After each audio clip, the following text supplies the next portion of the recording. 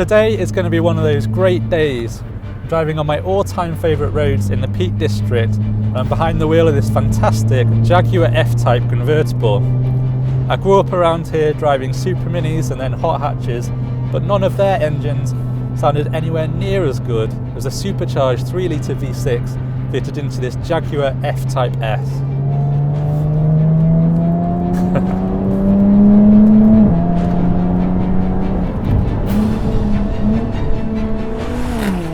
And while a convertible might not exactly suit this weather, it does mean that you can hear every rumble and pop from the active sports exhaust, which gets even louder if you press this button down here.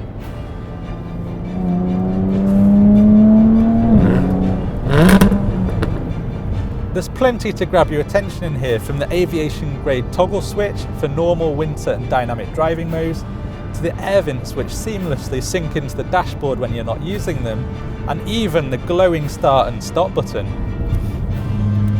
This sports steering wheel is fantastic to hold, it's just the right size and very tactile, but these gear shift paddles just feel a little bit more plasticky than we're perhaps hoping. And while we're finding small faults, the infotainment system, while it works well, also just feels slightly dated in terms of its graphics. Like most two-seat roadsters, it is very snug in the cabin. However, it's not as claustrophobic as some of its rivals. Saying that, if you did need a little bit of extra practicality, the 911 Cabriolet has two very small rear seats, which could be okay if you've got small children or even just want to throw a couple of bags of shopping back there. You won't buy an F-Type for its boot space, what with 200 litres and a rather awkward shape, meaning that any trips away will require very careful packing. Saying that, when you fold the roof down, it doesn't impinge on the space at all, and you can raise it up again in 12 seconds at speeds of up to 30 miles per hour. You'll need it lowered to experience what this beautiful successor to the legendary Jaguar E-Type is all about. With 375 brake horsepower, this V6S model sits above the 335 horsepower V6, but below the omnipotent 488 horsepower V8. And this car can reach 60 miles an hour in a scant 4.8 seconds. And you know what? On these roads, I'm happy to admit that just under 400 horsepower is plenty of power to scare the locals, and probably myself as well.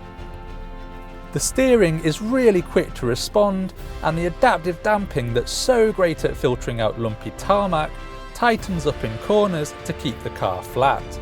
Because this is an S, we've also got the limited slip differential, which helps improve traction out of corners, where the F-Type can be rather playful. So the F-Type convertible might not be the most practical of cars, but somehow we think if we had the 70 grand required to buy this one, that probably wouldn't stop us. It's also very easy to live with, being small enough to park easily and thread through traffic, surprisingly comfortable, and this one even returns 32 mpg. But really, on a test drive, it's the noise this car makes which sells it, and the optional active sports exhaust, which costs £350, must be one of the easiest option boxes to tick in the history of cars. I mean, just listen to it.